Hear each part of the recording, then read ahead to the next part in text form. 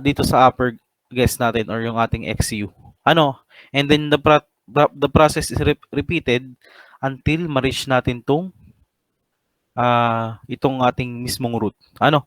So ang limitation niya, paano kung dalawang beses dumaan yung graph dito sa x-axis. Ano? So nalilimit lang natin yung bracket dito sa isang solution. Ano? So itong open method, so ginagamit siya, what if magkaroon tayo ng given na polynomial? Ano? So yun yung naging limitation ng bracket method. Ano? Ayun. So, and as you can see, dito sa bracketing method, ang kanyang solution is convergent. So ibig sabihin, as the computation progresses, yung ating sagot is papalapit sa true value. Ano?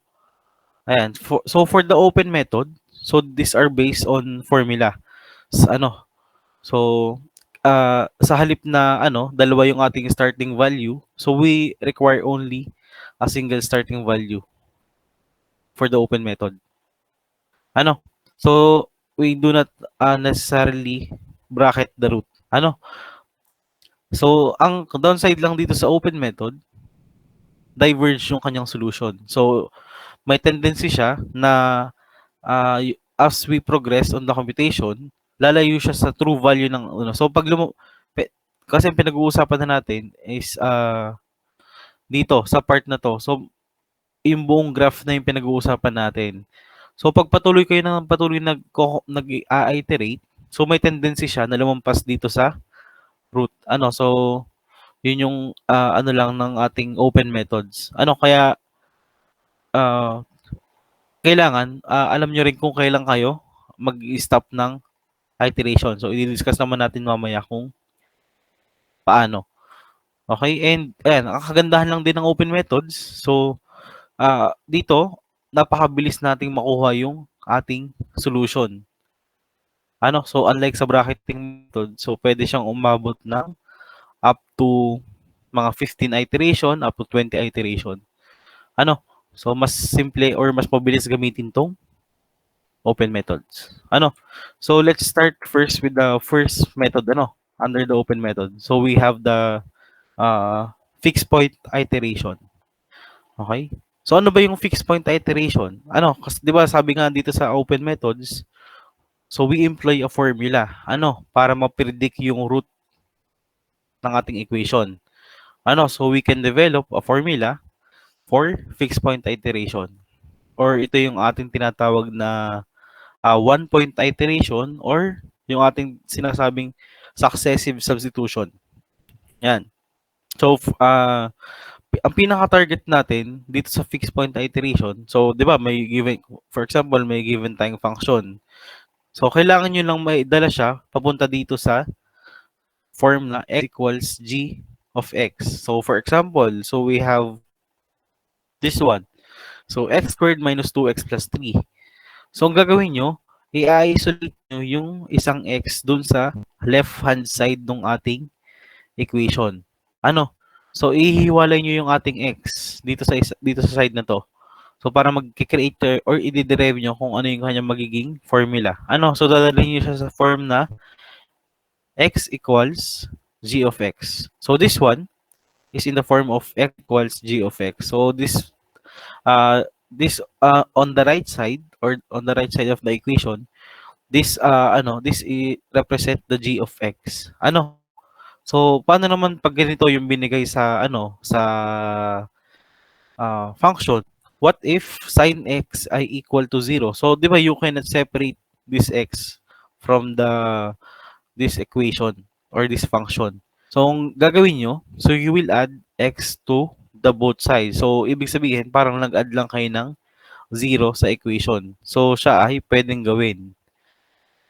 So nag-add tayo ng x dito sa left side, nag-add tayo ng x dito sa right side. So this will be x equals sin x plus x. So pwede nyo gawin yan if ever hindi nyo ma-isolate yung ating x. So this will be yan, sin x plus x.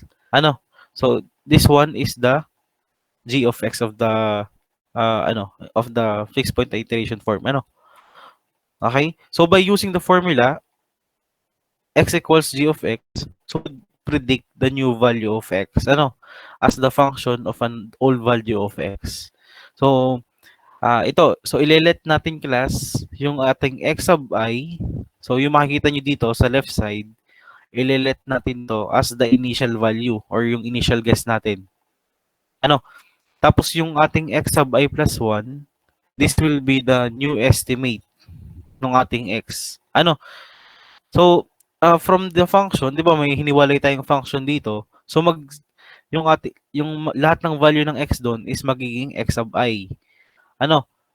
So, 'di ba magkakaroon tayo ng initial guess sa problem. So binibigay naman 'yun. So gagawin nyo, isa-substitute nyo lang yung value dun sa g of x.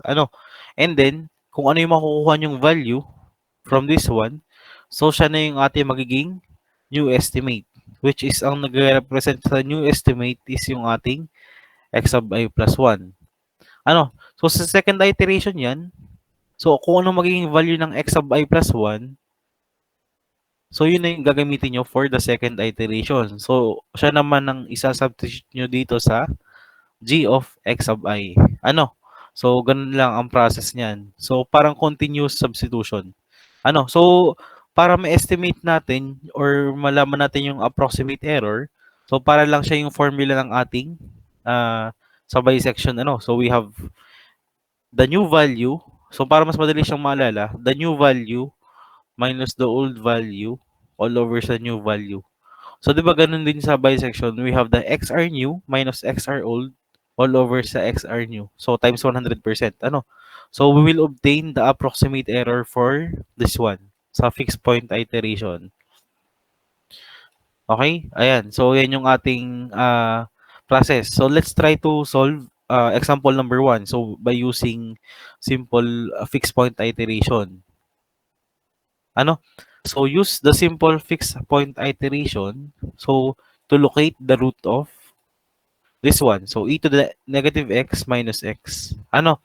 So sabi dito, meron tayong approximate error na 0.5%. So ito yung ating stopping criterion. So when we reach this point or this approximate error, kailangan less than siya dito para tayo ay hindi na mag-iterate. So ano yung solution dyan? Di ba we have this function e to the negative x minus x. So iseset natin tong f of x to 0. And then, yun, ang sabi ko, i-isolate nga natin yung isang x dito sa left-hand side. So, magiging, ganito na yung pinaka-function niya. So, x is in the form of x equals g of x. So, yung g of x natin, yun yung magiging running function natin. Then, papalitan lang natin yung, pinaka-na-derive nating equation into dito. So, yung nasa left side, this will be x sub I plus 1. And yun nandito sa lahat ng nasa right side will be x sub I. So pag wala akong binigay dito sa problem, so you will start with the initial value of 0. So ito yung magiging, starting with the initial guess of x sub 0 ay 0. So makikita nyo dito sa part na to. Sa initial iteration, so ang siya ay ang initial value niya is 0. So gagawin nyo, isa-substitute lang yung 0 dito sa mismong equation na to. So, sa e to the negative x sub I. So, sige, papakita ko sa inyo.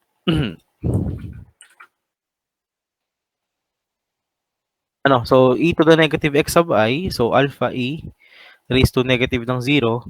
So, siya yung, yan, di ba magiging sagot ay, saan ba yun? Ay 1. Ngayon, yung 1, so, siya na yung ating magiging bagong estimate ng root. So, siya yung ilalagay nyo na dito sa ating x sub I. And then, yung 1 lang isa-substitute nyo dito sa ating, sa ating equation. Di ba ang running equation natin is yung e to the negative x sub I. Ito lang yung ating running equation, So, pag nilagay nyo yung sa calcu, so e to the negative 1, so we have 0.3678. So for ease of your sa calculation, so you can only kahit hanggang 4 decimal place na lang isulat nyo dito. For example, for this one, 'di ba, ang ipe-prep niyong table ay itong 4 column, ano, 4 columns na table. So we have for the number of iteration, for the x sub I, for the x sub I plus 1, and for the approximate error percentage. Ano, so pwede niyong gawin, for example, 'di ba ito ay 0.367879. So kahit i-round off niyo na lang siya into ano, hindi, ang isulat niyo na lang pala is hanggang dito sa 4 decimal place. Ano, so kahit ang nakalagay lang sa table is 0.3679.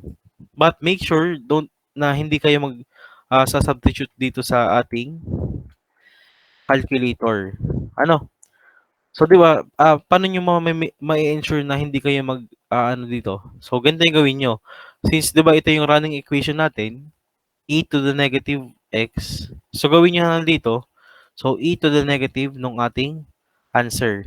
Ano kasi dito naman sa part na to, ito lang kailangan yung kunin, yung x sub I plus 1. And then, ma-update na yung value nung x sub I. So, ito yung muna yung solve nyo. So, pwede nyo gawin. Yan. So, e to the negative answer. So, di ba nandito na tayo sa x sub 1. So, we have 0.367879. So, equals lang ng equal. So, we have 0.6922. So, pwede kang isulat nyo dito is 0.6922 na. Ano? And then, equals lang ulit. So, we have 0.500 or 73. Ano? Tapos, equals lang ulit. We have 0.606244. Ano, para hindi nyo na kailangan i-input to or i-store din sa ating calcu. So, dire-diretso lang yung ano. So, next one is 0.545396. Ano? So, until ma-reach nyo yung point na nasasatisfy niya yung ating approximate error. So dito, hindi pa tapos yung solution dito. Ano kasi hanggang 11.2% pa lang yung ating nakuhang sagot. Ano, so hindi pa tayo titigil doon. Okay?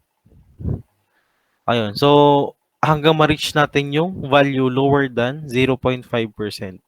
Ano, so pero ito lang yung process. So gagawin diyan, so equals na lang hanggang ma-reach niya yung value kung saan magle-less than 0.5% na siya. Ayan, so ulitin ko lang ulit. So pwedeng hindi nyo na ilagay lahat ng decimal point dito sa ating table na gagawin nyo. Ano? So para less na yung ating less na yung time na magagamit nyo. Ano, para hindi kayo mabitin. Kasi I think yung ating midterm exam will be ano lang, within 2 hours lang. Ano? So, ayan. So para maano nyo yung time natin, kumbaga ma-maximize nyo. Ayan. So you can write up to 4 decimal place. Ano? Okay? Ayan. So, guess nyo ba yung simple point, fixed point iteration class? Or may question kayo? Yan na ba tayo? Yan. Guess nyo ba? Yes po, sir. Yes.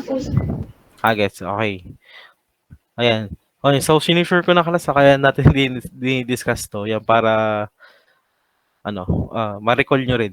So halos is 1 year na nga din pala almost 2 sem na rin yung nakalipas Pero ito ba na-discuss nyo rin ba to kay lahat ba to i-discuss nyo kay Sir Canicon or hindi lahat? Kung sa pagkakatanda nyo.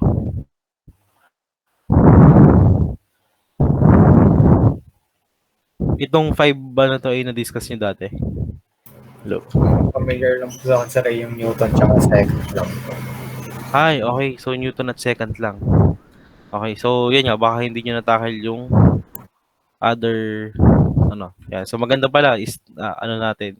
Kasi sure ako dito, itong bisection and false position, sure ako na hindi nawawala yan. Sige. So, let's proceed dito sa second type. So, okay na tayo sa fixed point iteration, no? So, nakadepende sa inyong class kung ano yung magiging formula ng ito yung magiging continuous formula nyo. So, nakadepende sa simplify ng equation. Ano? So for number 2, we have the Newton-Raphson method. Okay, so ayan, kaya ito yung diniscuss sa inyo dati. So this one is the most widely used of all root locating formulas. Ano? So magkakaroon din tayo dito sa Newton-Raphson ng initial guess, ano, na x sub I, and then a tangent, ayan, i-explain ko sa inyo kung paano nakuha or paano na-derive yung formula ng ating Newton-Raphson method. Ano? So, ito. So, ito yung, as you can see, yan, medyo malabo lang ng konti. So, this is the graphical depiction of the Newton-Raphson method. Ano? Itong form na to. So, di ba, kunwari, ang nire-represent na kulay blue na to is yung ating given na function. Ano? So, di ba, nagseset tayo ng value ng ating x sub I or yung initial value. Ano? So, di ba, ang gagawin nyo sa initial value, pag isinubstitute nyo siya sa given na value, magkakaroon kayo ng value ng y. Ano? So, pag nagkaroon kayo ng value ng f of nung x sub I natin or yung given na function, so magkakaroon kayo ng point dito. So, pwede niyo siya i-graph. Ano? Para siya magiging ordered pair yung x sub I, f of x sub I. So, ang ginagawa dito sa Newton-Raphson method, so nagke-create siya ng tangent line from the given function. Ano, kung naalala niyo class, 'di ba, ang sa differential calculus nyo, so yung first derivative, 'di ba, may given tayong function. So yung first derivative nung nung ating given na function is equal dun sa slope nung ating tangent line. Ano? So, 'di ba, pag kinuha niyo yung first derivative nung ating function, so may makukuha kayo na equation ng ating line doon or yung ating pinaka-slope ng line ang makukuha nyo doon. Ano? So, yung slope nitong line na to na na-create nyo, so, is equal to the first derivative of the function. So, ibig sabihin, di ba, pag sinabing tangent siya dito sa graph, so, perpendicular siya dito sa point of intersection and ano siya, it only, isa lang yung pinaka, niya, dito lang siya nag-touch sa graph. Ano? So, huwag nyo pansinin to kasi medyo makapal lang yung line. Ano? Pero dito lang siya nag-touch sa point na to. Ano? So, yung, kapag in-extend nyo yung line from this point up to this point, ito na yung ating magiging value ng ating x sub I plus 1. Ano? So, di ba yung ating x sub I plus 1, this will be your new estimate ng root. Ano? So, dito sa open method, we have x sub I plus 1 as the estimate ng root. Sa bracketing method natin, we have x sub R. Ano? So, kung maalala nyo class, di ba yung first derivative ay equal dun sa slope. So, ano ba yung slope? Ang slope ng line ay equal dun sa rise over sa run. Ano kung naalala nyo sa trigo nyo? So, rise all over run. So, di ba pag sinabing rise, siya ay, so hindi yung, ang pag sinabing rise ay, siya ay yung, gano ba yung tinaas niya? So, ibig sabihin, yun yung ating change in y or delta y. Ano? So, di ba, ang delta y is equal to delta of f of x.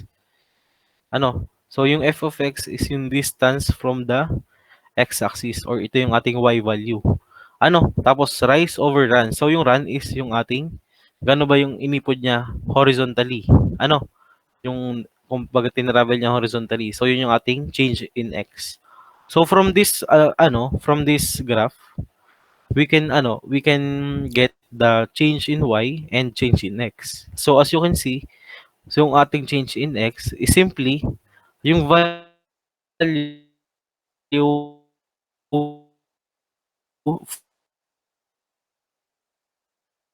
from this sa given function, we have the value of f of x sub I. So, yun yung magiging y value natin. So, yung y value up to this point is simply yung ating nakuhang sagot nung f of x sub I. So, simply ito yung magiging sagot niya sa numerator. yung ating f of x sub I. So for the denominator, so yung ating para makuha tong distance na ito, yung makikita nyo yung distance itong dalawang point na to. So we need to subtract. So from this point, itong 0 na to, up to this point, 'di ba ito yung ating x sub I. Ano? So para makuha tong distance na to, we need to subtract this from the value of x sub I plus 1. So from this point up to this point, so ibabawas natin siya sa distance ng ating x sub I. Ano? Para makuha natin tong distance ng dalawa. So ito yung ating magiging change of x. So as you can see, para naka-form tayo ng triangle, ano? So we have this one and this one. So yung parang pinaka hypotenuse niya, so siya yung nagre-represent sa pinaka distance nung estimated root natin pamula dun sa ating mismong point of tangency. Ayan. So kaya na-derive yung formula na f of x sub I all over x sub I minus x sub I plus 1. So this is this formula. And ano yung next step natin? Ang next na natin is nire-arrange lang natin yung formula. So from this one, so 'di ba ang target natin is mahanap tong value ng ating x sub I plus 1. So i-isolate lang natin siya. And kumbaga i-arrange natin yung formula. So 'di ba, this is f prime of x. So ang target natin, dalhin tong x sub I plus 1 dito sa kaliwa. Ayan, so hindi na pinakita pero ito lang yung magiging kakalabasan niya na formula. So this one is the formula for x sub I plus 1 or the estimate ng root ng So lahat ng makikita nyo class na nakabox ng ganito, so you'll need to memorize this this formula. Kapag may nakalagay na box. Kasi pag later on, pag pinost ko sa so yun yung mahalagang kailangan yung sauluhin. To be able to answer the different methods or of finding the roots of the equation. So for the Newton-Raphson method, so this one is the formula. So let's try to solve the same problem but using different method. By using Newton-Raphson method, so estimate the root of e to the negative x minus x. So malalaman natin, so bakit pa yung Newton-Raphson method? So bakit ba siya yung pinaka-efficient method gamitin or pinaka accurate? So in order to solve this, we need to find first the derivative of the function. So bakit? Kasi 'di ba makikita nyo, kailangan 'di ba may initial value tayo. So meron na tayong initial value na x sub I. So gagawin nyo, kailangan nyo lang i-substitute yung x sub I dito sa given na function. So ito na yung so meron na rin tayong f of x sub I. So ito yung f of x sub I. So ito yung ating original na function. So we need to find the f prime of x sub I, para mahanap natin yung x sub I plus 1. So from the given, so kailangan lang natin ma-recall yung mga nung diffcal.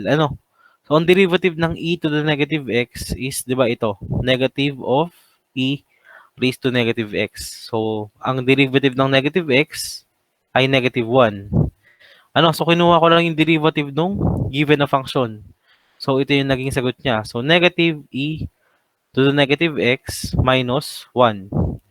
Ngayon, since wala naman tayong given na whole value for the this one, so you'll need to substitute the f of x. So di ba we have x sub I dito.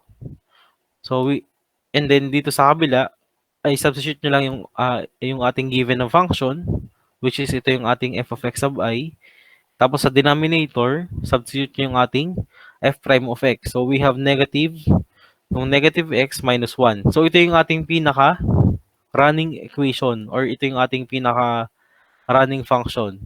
So tapos ito yung ating formula. So yan, para naging naging fixed point iteration. Ano?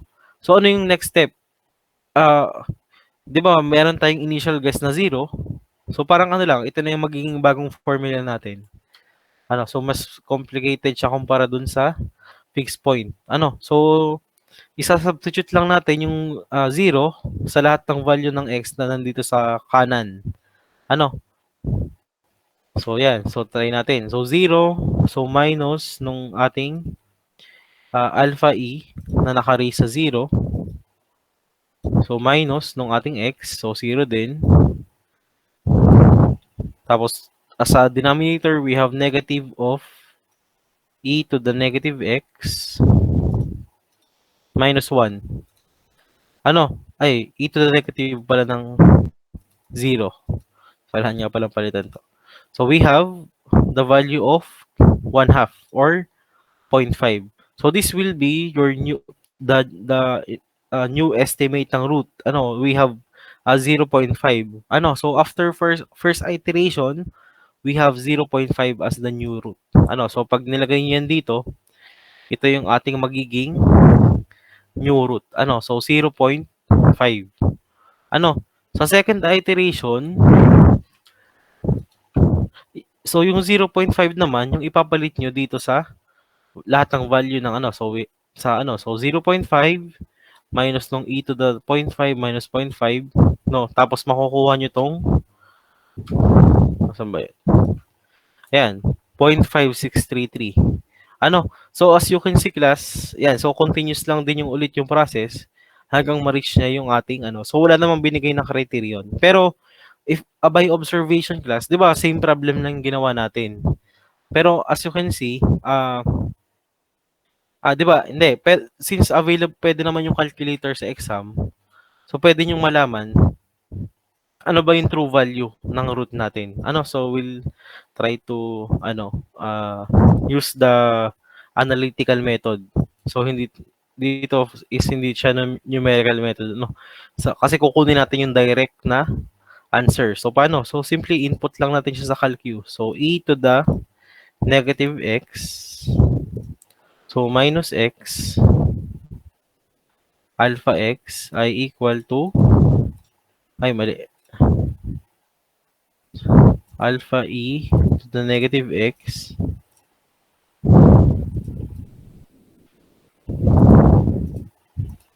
so equal to 0. Ano, kasi iseset natin yung f of x na para maging 0, ano, para makuha yung root. So shift solve lang for x. So we have 0.56714 So as you can see, this is the ito yung pinaka-root ng ating function na to. Ano, 0.56714. And when you, yan, after 4 iteration, ang nakuha natin sa sa Newton-Raphson method is almost the same. Or halos ito na mismo yung sagot. Ano, 0.567143290. Ano, so dito sa Newton-Raphson, we have a fewer approximation. Kaya kung makikita nyo, di ba ito yung halos ito na yung mismo sagot. Tapos, i-recall lang natin yung kanina. Nung simple fixed iteration, halos malayo pa lang tayo. So, nasa 6 iteration pa lang tayo, saka pa lang siya nag 0.545396. Ano? Which is 11.2% yung ating approximate error. So, unlike dito sa Newton-Raphson method, after second iteration, you already have 0.56, which is very close to the true value. Ano? So, ito yung pinaka-most efficient gamitin na root finding technique. Ano? Itong ating Newton-Raphson method. Okay? Ayan. So, yun na. So, continuous. So, tandaan nyo lang yung formula na ito. So, x sub I minus nung ating f of x sub I all over dun sa kanyang first derivative. Ayan. So, ang ano lang dito, class, so, kailangan yung maalala or kailangan nyo talagang i-recall yung mga formula sa diffcal nyo. Kasi, for example, if ever magkaroon tayo sa problem na mga trigonometric function or yung logarithmic function, so kailangan ma-recall nyo ano ba yung kanyang derivative. Yan, pwedeng magkaroon tayo ng mga ln. So you'll need to recall yung mga formula or ano ba yung mga derivative nila. Kasi pag yun ang napabigay sa problem, mapapaano siya, pag hindi nyo alam yung derivative, so hindi nyo na masasagutan. So sayang. Kasi yung process ay simple lang naman. Okay, and another thing class, dito sa pagsasagot nyo, for example, pag mali na kayo dito sa first iteration, so if ever mali na agad kayo dito, so automatic, since kahit doon sa fixed point na iteration, pag nagkamali na agad kayo sa unang iteration, automatic, mali na agad yung mga susunod na iteration. Kaya magtataka ako kung, for example, ang nakuha yung sagot dito sa last iteration or sa, di ba, for example, ang sinabi ko, use 3 iteration para masolve gamit yung Newton-Raphson. So, pag tama ang sagot nyo sa pinaka-last iteration, pero nakita ko mali naman yung sagot nyo sa mga first iteration, so, ibig sabihin, may kakaibang nangyari doon. Ayan, kaya mag-iingat. So, pag nakakita ko ng ganun, so, automatic, may ginawang so, be careful dun pa lang sa first iteration na para maiwasan nyo yung ating error. Okay? Ayan. So, sige. Let's proceed sa next method. So, the third method, which is the second method. So, bakit naman tayo nagkaroon class ng second method? Kasi dito sa nakita yung second method ng potential problem dito sa Newton-Raphson method. So, ano yung naging problem niya? Ano yung mga magiging potential problem? Yun nga, since kung ayaw nyo sa mag-differentiate, so di ba minsan may mga complicated tayo na function na mahirap or mahaba yung kanyang derivative. So medyo inconvenient siya i-solve. So yung mga ayaw sa differential calculus or sa ayaw mag-differentiate nung function, so you can use this one, the second method. So, sa second method, ang pinaka ginagawa niya. So, sa halip na mag-derivative tayo, ina-approximate niya yung derivative. So, ang tawag dun sa pag-approximate ng derivative is backward finite divided difference. So, ito yung pinaka ginagawa. So, ano yung kaibahan niya? So, na-derive lang din siya from the Newton-Raphson method. Yun nga lang. So, makikita nyo, papalitan lang natin yung value ng ating, di ba ito yung formula ng ating Newton-Raphson method. So, dito nga sa second method, so, i-approximate natin tong f prime of x. So, hindi tayo gagamit ng derivative dito. So, makikita nyo, ito sa ating Newton-Raphson method, so, sa halip na nag-create tayo ng tangent line, ayan, ang kaibahan nga lang dito, magse-select tayo ng dalawang initial value. So dito sa second method, ito lang yung nagse-select ng dalawang initial value sa lahat ng method dito sa open method. So we will select an initial value which is x sub I and another initial value which is x sub I minus 1. So paano natin nakukuha yung root? Paano natin na-estimate yung root gamit yung second method? So, from this point, di ba, may sinet kayong dalawang value. So, gagawin nyo, isa-substitute nyo siya dun sa given nating function. So, magkakaroon tayo parehas ng value ng ating f of x sub I. So, ito yung ating y value. And we will have the value of x sub I minus 1. So, hahanapin nyo, pagkukunikin nyo lang yung dalawang point na yun. And then, kung saan siya tatama dito sa x-axis. So, ito na yung ating estimate ng root na tinatawag. Ito yung ating magiging x sub I plus 1. So, continuous lang yung process hanggang ma-reach niya yung itong ating estimate ng root. So, di ba, ito lang yung sa initial. Kaya nga initial value, malayo pa. So, iipod yan ng iipod after natin mag-iterate dito sa ating sagot or sa mismong root. So, tandaan nyo lang class, dito nga sa open method, may tendency siya na lumampas na dito sa root natin. So malalaman nyo naman yun kasi, di ba, alam naman, kasi may calculator naman kayo sa exam, so you can check if lumampas na siya dito sa true value ng ating root. Ano? Okay, so, yan. Yung formula, dito, yung sabi ko nga, di ba, from the, gagamit lang tayo ng mismong difference, itong ating backward finite divided difference. So, ang ginawa lang dito, so, syempre, ang kinuha lang din is yung, ito, ang kinuha lang na f prime of x. So, sa halip na, i-derivative natin. So, di ba, pwede i-approximate natin siya sa formulang to. So, saan galing tong formulang to? So, galing to, syempre, dito sa ating graph. Okay? So, ang hinanap lang dito, class, ay yung distance itong dalawang to. Ano?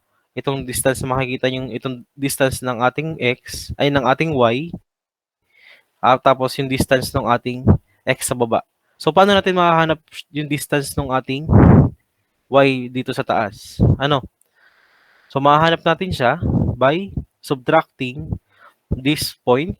So, from 0 up to f of x sub I, ang value niya is f of x sub I. Ano? So, para makuha natin itong distance ng dalawa, you need to subtract this one from the f of x sub I. Ano? So, para makuha to. And same goes dito sa baba. Ano? So, you'll need to subtract the value of x sub I pamula dito sa x sub I minus 1. Ano?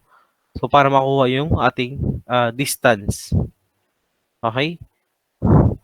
So, kung makikita nyo, kaya lang naging ganito yung kanyang formula. So, pinag-ano lang yan, pinagbaliktad lang. Ano kasi, di ba, ito is f of x sub I minus nung ating f prime of x sub I. Ano? So, ito yung naging formula ng ating, kumbaga, approximated root ng ating, or approximated first derivative. No, so, ang gagawin nyo lang dito, since meron na tayong value nito, isa-substitute nyo lang siya dito sa formula ng Newton-Raphson method. Ano? So, ang mangyayari dyan, maaalis na yung ating first derivative. Ano? So, mapapalitan na nitong function na to.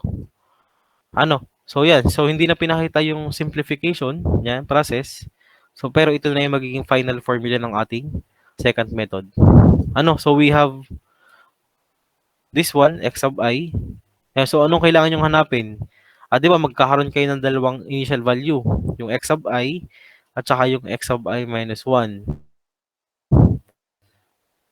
Ano? So, pag may nakita kayo sa problem na yung dalawang initial value na hindi bracketing method, so automatic second method yung gagamitin natin.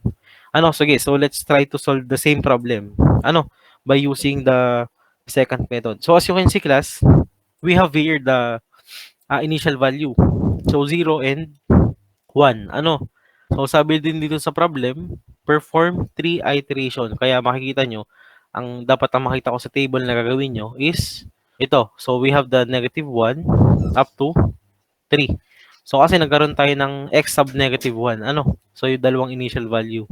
So, matras ng isa. Ano? So, ano mga kailangan nating value? So, we have x sub negative 1, which is yung ating 0. Tapos, yung x sub 0, which is 1.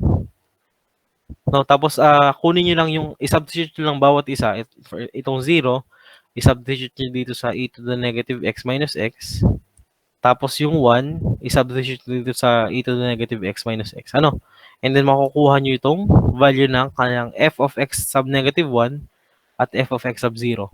Now, we have the, all the, value that we need to, dito sa formula ng second method. So, you can directly substitute the value.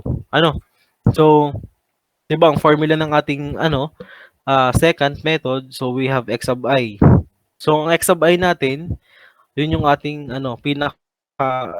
kumbaga yung mas malaki sa dalawa. So, yung 1. So, 1 minus, ano yung ating, f of x sub I. Ang f of x sub I natin is, itong f of x sub 0, which is negative 0.63212. Tapos, x sub I minus 1, multiply siya sa x sub I minus 1, minus x sub I. So, di ba yung ating x sub I minus 1 ay yung ating 0? Tapos yung ating x sub I ay yung 1. So, kaya magiging ganito yan. Ano? Tapos, sa denominator, we have the f of x sub I minus 1 minus nung ating f of x sub I. So, ito yung ating makukuhang value. So, 1 minus nung ating f of x sub I, which is yung ating f of x sub 0. So, 1 minus nung negative 0.63. Okay, so may ma-obtain kayong value na 0.61270. Ano? So, ito yung ating value ng ating magiging initial root. Ano? After first iteration. So, paano process dito?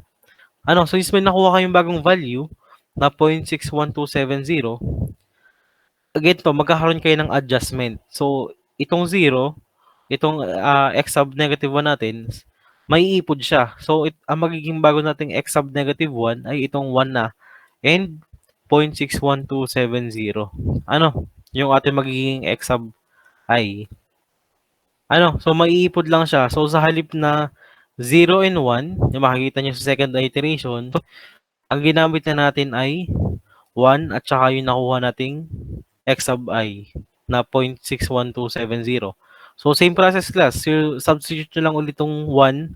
So, meron na tayong value ng x sub 1. So, nakuha na natin siya, 0.63212. So, kung kailangan nyo lang i-substitute is itong nakuha yung value ng x sub I, yung bagong x sub I, dito sa formula na to, sa e to the negative x minus x. So, you will obtain this one. So, negative 0.07081. Ano? And then, by using this formula pa rin, so, continue pa rin yung process. Ano? So, may makukuha kayong bagong value ng x sub 2. So, nasa second iteration na tayo, kaya x sub 2 na yung hinahanap. Ano? So, gamit lang ha. So, yung ating naging x sub negative 1 dito ay yung ating value ng nandito sa x sub 0. Ano? So, naipod siya. So, yan, makukuha kayo ng bagong value ng x sub 2. So, magiging, ano nyo, sa third iteration is, ang magiging x sub, ano nyo, ang magiging x sub negative 1 nyo, ay ito nang nasa x sub 1, which is yung itong 0.61270. Ano, tapos yung x sub 2, ito na yung magiging x sub I nyo. Or ito yung ating, yung magiging ano nyo. Yan, x sub I. Ano? So, yan, substitute nyo lang ulit. So, okay, since ang kailangan nyo lang kunin is yung mga bagong value, so kailangan nyo lang siya i-substitute dun sa original equation, and then same process. So, you will obtain this one. Ano? 0.56717. So, anong sabi sa problem? So, perform 3 iteration and also compute for the approximate error. Kaya mapapansin nyo, kasama sa sagot itong 0.59. Ano? Ayan. So, ito yung ating pinaka so no need to get the f of x sub I kasi hindi natin kukunin yung third iteration. So, paano kunin tong 0.59? Yan, baka tanong nyo rin. So, kukunin nyo lang yung difference. Di ba ito yung ating new value? Tapos ito yung ating old value. So, you simply get the approximate error. So, new value 717 minus tong ating old value 384 all over sa new value. So, times 100%.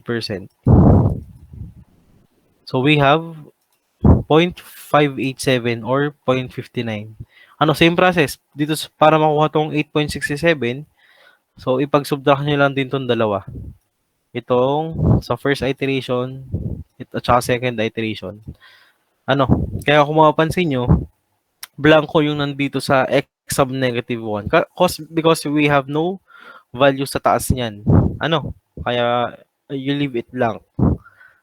Okay? Ayan. So, nakakasunod pa ba, class? Or medyo mabilis?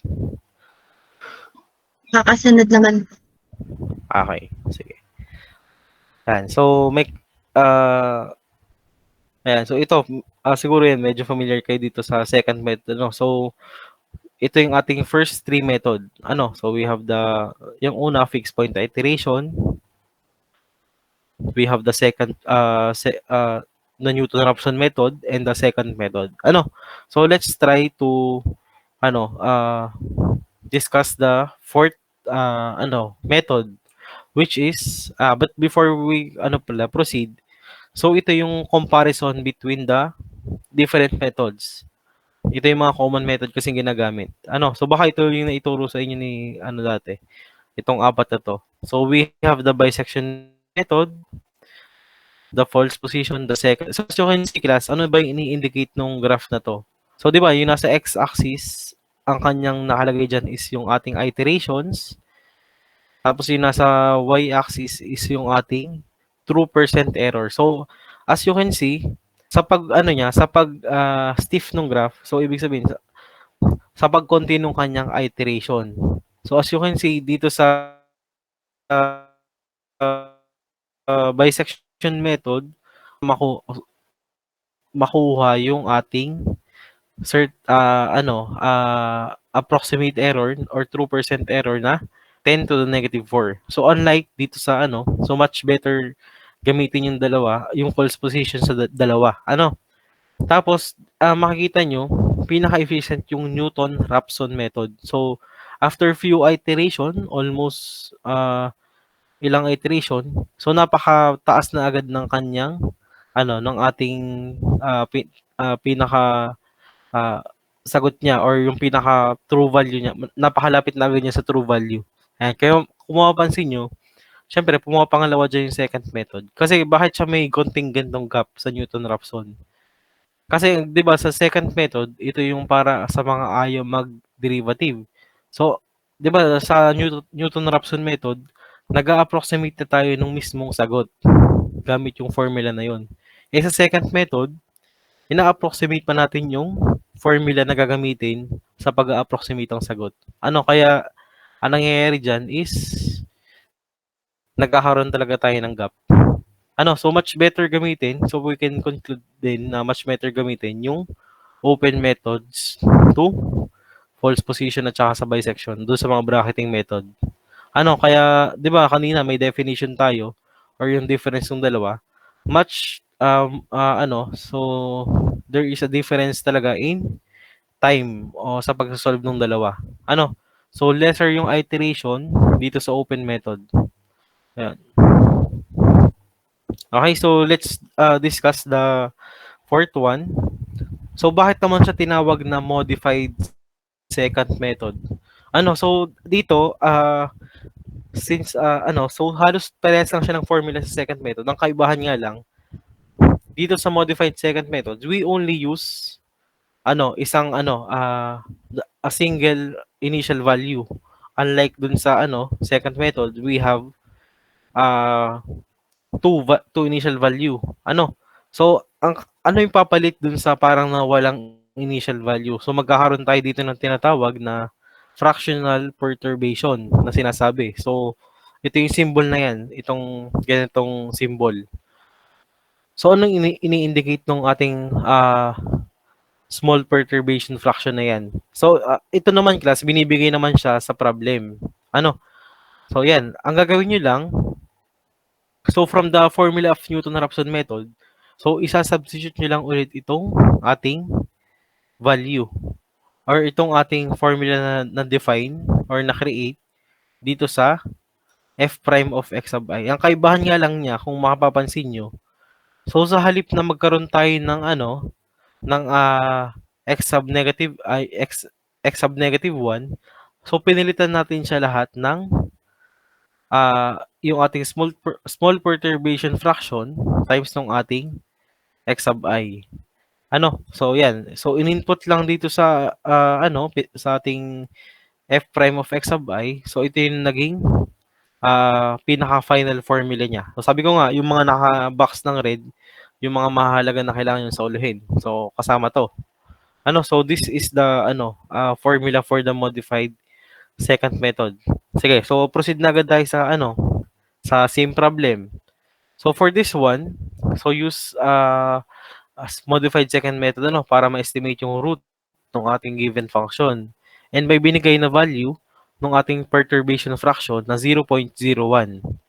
Yan. And mapapansin nyo, isa na lang yung kanyang starting value. So start with x sub 0 ay equal to 1. And also, compute for the approximate error. So the same lang siya sa second method. So we need to perform 3 iterations. Yan. So for the solution ng ating ano ba yung mga kailangan nyong gawin? Hanapin. So kailangan nyong hanapin class. Yan, nasa mo yung ating formula. Kailangan nyong hanapin yung value ng f of x sub I. So kailangan nyo i-substitute nyo lang yung 1 dun sa function. So kaya siya naging negative 0.63212. And mapapansin nyo, meron pa tayong function sa baba. F of x sub I. So, lagi lang kayong tumingin sa formula class para alam nyo yung hahanapin nyo na value. So, meron na tayong value ng f of x sub I. So, itong negative 0.6321. Saan galing? So, di ba, from the formula, we have alpha e to the negative alpha e to the negative 1 minus 1.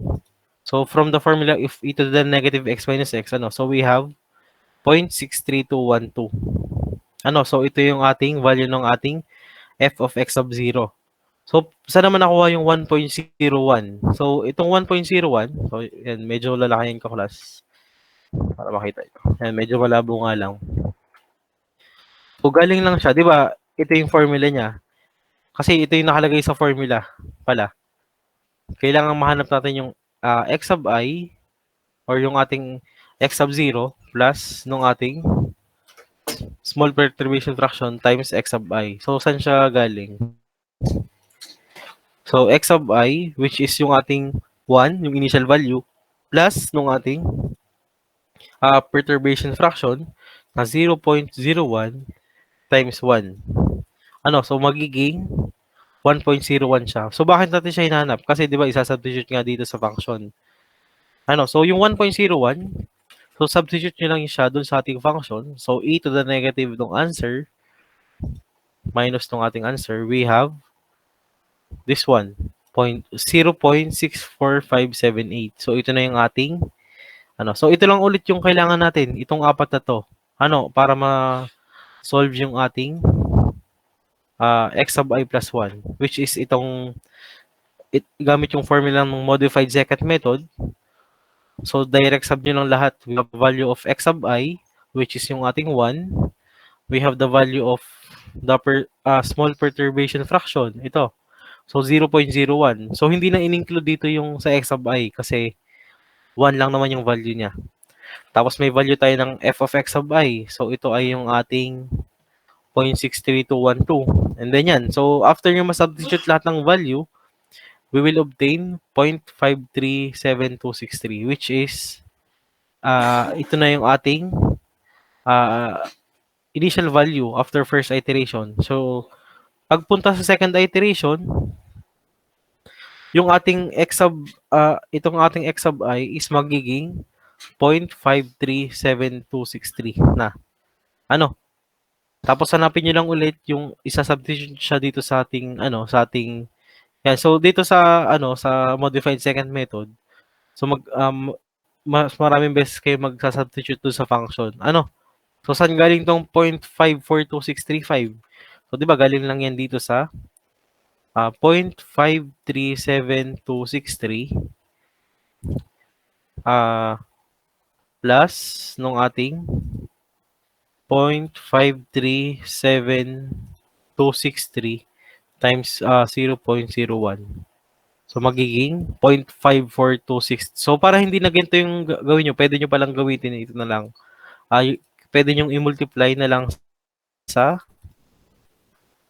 1.01. Para mas mabilis. So, you will get this one. 0.542635. And then, you'll need to substitute this one dito sa ating equation. So, alpha e raised to negative ng answer minus tong ating answer, we have 0.0385. So, ito yan. 0.038579. And then, direct sum lang ulit dito sa ating formula.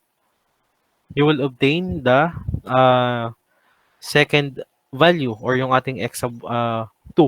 And then, yun ay maging third iteration natin ulit. So, may makukuha kayong bagong value, which is yung ating 0.567143. So, for this problem, ang magiging final answer nyo is itong dalawa. So, after 3 iteration, yung inyong pinaka-estimate ng root is 0.567143. And the approximate error is 0.02. So, yun na yung magiging final answer nyo, class. So, pagka, pwede rin kayo magdala ng mga highlighter sa exam, para i-highlight nyo na lang tong final answer nyo. Pero pwede nyo namang isulat din as yun na value na ibabox nyo siya dito sa, kumbaga, pwede kayo maglagay ng separate na sagot dito sa ilalim nito. Mag-isulat nyo lang. So, the final value of the estimate of root is this one, and its error approximate is 0.02%. So, yun lang yun dito sa modified second method. So, kumbaga, ang na-introduce lang sa inyo yung formula ng ating nagkaroon lang tayo ng small perturbation fraction. So, bakit tayo nagkaroon ng ganun? Para hindi na maging dalawa yung ating initial value. So, ayun. Okay, so let's proceed sa multiple roots method. So, this one, the multiple roots method, it corresponds to a point where a function is tangent to the axis. Diba, mapapansin nyo, class, pag may mga problem tayo na be given, for example, we have the polynomial x cubed minus 5x squared plus 7x minus 3. So, ang kailangan nyo gawin, diba, ito yung pinaka-factored form niya, itong dalawa. So, mapapansin nyo, dalawa yung kanyang root na 1. Tapos, as you can see dito sa last, we have triple root of 1. Pag pinagsama-sama nyo yan, di ba siya ay polynomial to the nakari sa ang degree niya ay 4. So paano natin mahahanap yung 1 na gamit yung paano natin mahahanap na yun yung ating multiple root? So meron tayong tinatawag na multiple roots method, or sometimes it is called yan. So ito, pag in-graph niyo yung multiple root, so di ba iba-iba naman yung graph niya. For example, kapag double root, so ito ay itsura siya ng pinaka polynomial to the third degree. So, x cubed. For this one, we have the x to the fourth. This one is x to the fifth. Mapapansin nyo lang by observation na ito yung ating root ng ating So, i-indicate nyo lang na siya ay double root, kung siya ba ay triple root, or quadruple root. So, no need to graph naman. Pero mapapansin nyo, nag-iiba lang yung itsura ng form niya. Kapag nag-i-increase yung number of roots niya. Kasi syempre, nag-iiba yung pinaka-power nung exponent. Yan. So, sa multiple roots method class, so it is called, also called as modified Newton-Raphson method. So mapapansin nyo, so medyo mahaba yung kanyang formula, pero madali lang yan. Kasi, minodify natin yung Newton-Raphson method. So galing lang siya dito sa formula ng Newton-Raphson method, which is this one. Diba, mapapansin nyo, yung other formula is dinerive lang from Newton-Raphson. Yung ating second method, tapos yung ating modified second is galing din sa Newton-Raphson. And syempre, itong modified Newton-Raphson, galing din siya doon. So, anong kaibahan niya sa Newton-Raphson method? So, para madali niyong maalala, ang ating formula. So, tandaan niyo lang. So, nasa numerator, f of x sub I, tapos times f prime of x sub I. So, ang nasa denominator niyan, ito pa rin, ang kaibahan nga lang, sa second derivative mo, i-multiply. Ano, so, mapapansin nyo, halos parehas lang tong dalawang to. So, basta tandaan nyo, sa denominator is naka-double derivative siya. Tapos, ang kailangan nyo ng tandaan is itong part na to. F prime of x sub I. So, naka-squared siya. Ano? So, ito yung pinaka-final formula. So, yan na, mukhang mahirap lang yan, pero tama, isolve natin tong, di ba, ginagamit to for multiple roots method. So, balikan lang natin tong problem na to. Or itong polynomial na to. So, this polynomial, as we all know, ang multiple roots niya or multiple root is yung 1. And mapapansin nyo, ito yung kanyang pinaka-factor form. So, malalaman natin na ang root nitong polynomial na to is 3 and 1. So, we'll try to solve this problem using the modified Newton-Raphson. And then, let's verify it kung ano yung makukuha nating sagot. So, based dito sa problem, yan. Pero ba't sinabi pala dito sa problem, use both the standard and the modified Newton-Raphson method. So, kailangan i-solve natin siya gamit yung dalawang method. So, yung ating method kanina, yung mas maikli, yung Newton-Raphson at saka modified Newton-Raphson. So, ito yung function yung sinabi kong polynomial kanina. And dito sa modified Newton-Raphson method, so meron din tayong initial guess. So, ito yung ating x sub I. Okay, so may idea na kayo. So, nakikita nyo dito, kailangan nyong hanapin yung first derivative ng function at saka yung ating second derivative ng ating x sub I, ng ating given na function. So, pag naman ganito yung mga binigay na function, di ba napakadali namang hanapin yung ating mga derivative dito. O simply, ito yung mga favorite ko ating pag ganito lang yung given. So, madali kunin yung kanyang derivative. So, for modified Newton, so perform 5 iteration for this method. Okay, so may initial value tayo ng 5 and perform 5 iteration. Ayan, so kinuha lang yung ating di ba, ang kailangan nyo lang ilista, may given tayong ganito. So, tatlo lang na line or tatlong equation. So, yung una, ito yung ating original equation. Sa pangalawa, yung ating first derivative equation. Sa pangatlo, pwede nating gamitin yung second derivative na equation. And then, hahanapin nyo lang yung f of 5 kasi may initial value tayo na f of x sub I. Di ba? Ito yung nakalagay dito sa problem. So, pwede natin siyang i-direct sub na. So, kinuha lang natin yung f of 5 dito sa original equation, sa first derivative ng equation, sa second derivative. So, na-obtain na natin tong tatlong value niyan. And then, you simply substitute this one to the formula ng ating modified Newton-Raphson. So, x sub I, this one is 5 minus nung ating f of 5. Ito yung f of 5 times nung f prime of 5. So, lahat to nakuha na natin, di ba? We have the f of 5, we have the f prime of 5, and we have f double prime of 5. So, you'll substitute lang to the formula. So, 5 minus nung 128 times 160 all over dun sa 160 squared minus 128 times 144. So, you'll obtain 2.14285, no?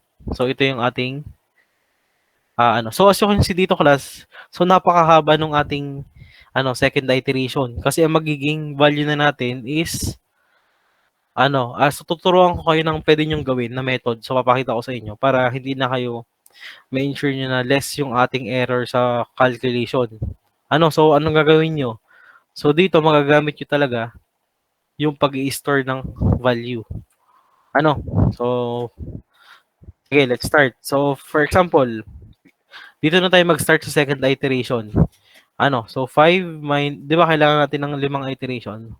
5 minus 128 times 160 all over 160 squared minus 128. So yan ay ito. Ano, 2.14285. So, wait lang, nakikita nyo po pala yung nasa calcu? Or medyo maliit? Kita naman po. Kita naman. Okay, sige. So, pwedeng, yan. Kasi baka hindi nyo masyadong ano. Pero ganito yung gawin nyo. 'Di ba at first iteration, ito yung nakuha yung sagot.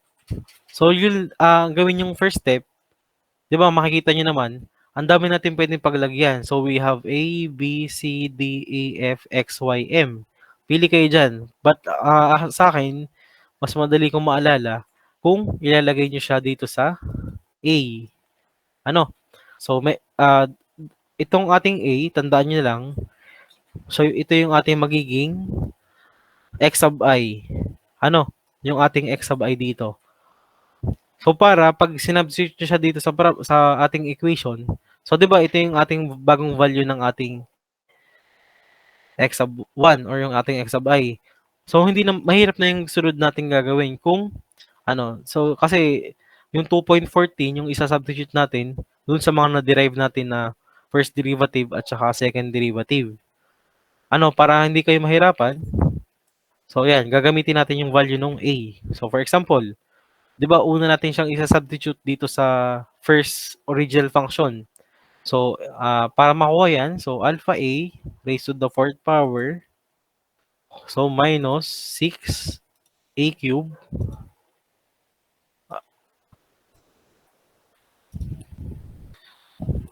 plus 12A squared minus 10x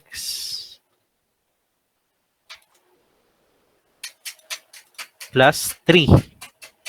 Ano? Ay, 10A pala to. 10A. Sorry. So, may makukuha yung value dyan na ito, negative 1.27. So, gawin nyo, i-store nyo siya dito sa ating B. Ano? So, tandaan nyo ha. So, yung nasa A, yung ating X sub I. Yung nasa B is yung F of X sub I. Ano? So, substitute naman siya dito sa second derivative. So, we have 4A cubed minus nung ating 18x A squared. Ano? Ay, plus, tama, minus nga. Plus 24A minus 10. So, we have negative 1.865. So, chinecheck natin kasi naka-fractional form siya. So, kung tama. So, tama naman siya, no? So, we'll store this one to C. Ano? So, yan, marami pa tayong bakanting, ano dyan, pwedeng paglagyan. And lastly, for the second derivative, we have 12A squared minus 36A, ano, plus 24. So, meron tayo dyang, yan, 1.959. Ano, so ito yung value ng ating second derivative gamit yung ating 2.14. Ano, so store nyo lang siya. So, meron na tayo sa A, meron na sa B, may sa C, may pwede sa D. Ano? So, yan yung ating value ng D. Ngayon, tapos na yung ating second iteration. Nakuha na natin lahat ng kailangan nating value. Ayan, kung makikita nyo, so napakadali na siya i-substitute gamit. Di ba ito yung ating formula? Ano, ito yung ating formula ng ating Newton-Raphson. So, X sub I, so saan nyo na ulit nilagay ang X sub I? So, ang X sub I natin is yung ating alpha A. Kung naalala nyo, di ba? Nandito yung ating itong 2.14. So, A minus, so saan nyo nilagay yung ating F of X sub I? So, di ba nilagay ko yan sa B? Tapos yung ating F prime of X sub I, so yun yung ating C. Ano, so alpha C. Tapos yung nasa baba, F prime of X sub I is alpha B. So, F prime of X sub I pala is, yung first derivative is yung ating C. So, don't forget, you will square this one. So, minus, ano yung ating F of X sub I? So, this one is B.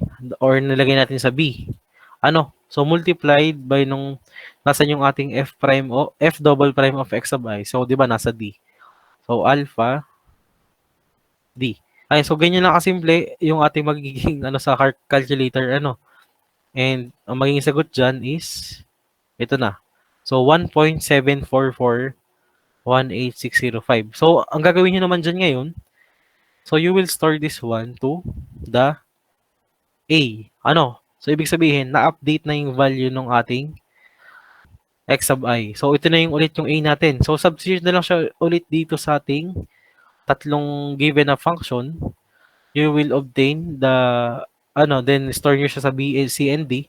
Then, ayun, hanggang makuha nyo yung x sub 3. And yan. So, bakit ko sinasabi itong sa store na to? Para hindi na kayo yan, di ba sabi ko nga, dito, kunwari, itong nakuha nyo is x sub I, kahit ang ilagay nyo is 2.1429 na lang. But kailangan, ang ma-ensure nyo nga is hindi kayo nag-round off dito sa calculator. So ito yung gagawin nyo. Para hindi na kayo mag-input ng napakahaba sa Calcu. So mabilis lang yung kanyang process. And less yung error. Kasi imagine nyo kung manual yung tinatype yan, mahirap kasi may tendency na, lalo pag medyo ang exam ay 2 hours. So may tendency na mag-cram kayo So kaya mas maganda gumamit kayo nung process na yung storing process natin. Okay? So yan. So continue lang yung process until ma-reach yung 5th iteration. So after 5th iteration, as you can see, so hindi ko na pinakita yung solution. Ang nakuhang value ng x sub I is almost 1 na. So although hindi siya equal to 1 exactly, so this value is very close to 1. So this one is so as you remember, 'di ba yung ating saan ba yun? Yung ating sample dito, yung ating 1 yung ating multiple root. So na-determine natin siya. Okay, so hindi pa natapos doon. So paano natin makukuha yung x minus 3? So ano yung kailangan natin gawin? So we have to use the so sabi din sa problem, use the standard modified standard Newton-Raphson method. So same problem for this number 5. Gamit lang yung Newton-Raphson method. So sa Newton-Raphson method, 'di ba ito lang siya? Ito lang yung ating Newton-Raphson method. Ngayon, ang kailangan nyo lang hanapin is up to first derivative lang. Kasi f prime of x sub I lang. So, hindi na, ito. So, napakadali ng formula. X sub I, tapos minus f of x sub I all over f prime of x sub I. So, kailangan nyo hanapin is yung ating first derivative lang. So, nahanap na naman natin siya kanina. So, no need to, So, we have this one. So, substitute nyo lang yung f of 5, tsaka yung f prime of 5. So, you will obtain 128, tsaka 160. So, 5 minus f prime of f of 5 all over f prime of 5, we have this one. So, 5 minus 128 over 160. So, we have 4.2 as the initial value. So, yun yung ating gamit yung Newton-Raphson method. And then, for process number 2, yan, second iteration, so direct sub lang ulit. Yung 4.2, i-substitute nyo siya dito sa first, dun sa original function at saka sa kanyang first derivative. And then, you will obtain this one, 3.63. And hanggang marating niya na, yun. So, ito, mag-skip na ulit tayo to the 5th iteration. So, as you can see, so may makukuha kayo ditong sagot na 3.006, which is exact or which is almost equal to the value of 3. So by using the standard Newton-Raphson method, pero nung ginamit natin yung multiple root method, so na-obtain natin yung multiple roots niya. So you don't so by pwede nating kumbaga itong modified Newton-Raphson method, so yun, parang pinakita lang na pero hindi nyo naman kailangan laging gawin yung isosolve nyo din yung Newton gamit yung standard. So, kasi sinabi lang din naman siya sa problem Kaya sinolve natin siya gamit yung standard na Newton-Raphson method. Pero yun lang yung process niya. Okay, so, ayun, anong oras na ba? Ayun, so yun lang naman class, yung ating, ah, so this, yan, so this sums up the, uh, topic about sa roots of an equation, about sa dito sa numerical method. Ayan, so may question ba kayo, class? Wala naman po, sir. Ayan, wala. Si Orlando, wala. So, yung iba, nag-guess Wala nyo ba rin or po. ano? Si Nika, wala. Wala din po, Sir, sir. lahat po ito ay open method po. Yan, lahat siya ay open method. Sir, kapag po ba kami magsasagot, table lang po or may solution pa? Kailangan din ng solution, syempre. Na papakita nyo kung saan nyo kinuha yung, So, pwede nyo namang ilagay. Kunwari, for example, for this one, di ba ito medyo mahaba tong solution dito. So, pwede nyo ilagay nyo siya as kung ano yung nilagay nyo sa calcu. Kung siya ba yung naka-A. Kunwari, for this one, we have A minus ganun. Yung parang in-input nyo lang sa calcu. But make sure, nalagay nyo na lang ng symbol. For example, itong 2.14, ilagay nyo na, in-store nyo sa A. Para paglagay nyo dito sa sa mismong formula na to is, kahit yung mga letter lang ilagay nyo, so alam ko na yun yung ginamit nyo. Pero kailangan included yung solution, sa problem. Okay. Yan, ano pang may question pa ba? So, yan. So, next week, so we'll try to solve the, so wait lang. So, we'll try to do the, but sige, so we'll try to have an assessment ulit about dito sa ating, tawag dito, open methods, So, para ma-check ko kung nagets niyo yung process. Okay. Para yun nga pala, in-update lang ako ni Ma'am Joanne. Kung kilala niyo si Ma'am Joanne. So, di ba yung room natin is FDC? So, may possibility na baka hindi na dun yung room natin. Kasi nga, possible ay malipat sa fourth floor ng Seafa building, Pero hindi pa naman, up until now, is hindi pa naman nababago sa portal ko. Hindi, habang hindi pa nababago, so, if ever next week, yung pa rin yung schedule natin, doon pa rin tayo. So same lang ulit yung pakihanap na lang ulit ng susi.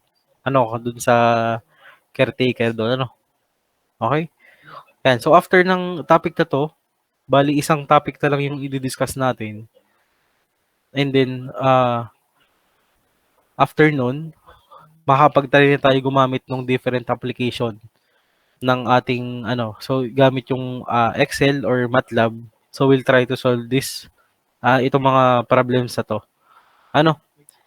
Pero yung coverage ng exam is until hanggang dun lang sa i-discuss ko na next topic. Kasi yung ginagawa natin dito is nagso-solve tayo ng non-linear equation. So ang sunod natin gagawin, so magso-solve tayo ng linear equation. So expect nyo next week, so magkakaroon tayo ng discussion about sa mga matrices or yung review lang. So more on Gauss-Jordan and Gauss-Seidel, so mga Gaussian elimination. Ayun. So basta hanggang doon lang yung topic natin for midterm exam. Okay. Ayun, so yun lang class. May tanong pa ba? Yan, ano yun, Erland? Sir, itanong ko lang po. Kailangan ka po ay highlighter po talaga ang dala. Hindi naman. So sinabi ko lang para mas maganda lang. Pero if ever na wala, di okay lang din. Kahit po box na lang po din sa solution, okay lang po yan. Pwede naman din. Okay po. Pero if yun, kung may dala kayong ganun, hindi nyo na kailangan bumili. Hindi ko naman nire-require, So pwedeng i-box nyo na lang.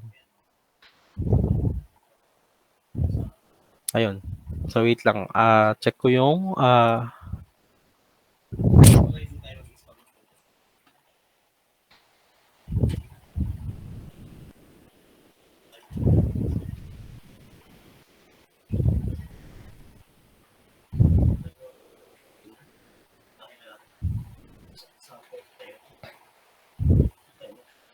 sige, baka hindi na rin kasi, may bibigay sana akong assessment ngayon na baka lang hindi na umabot na.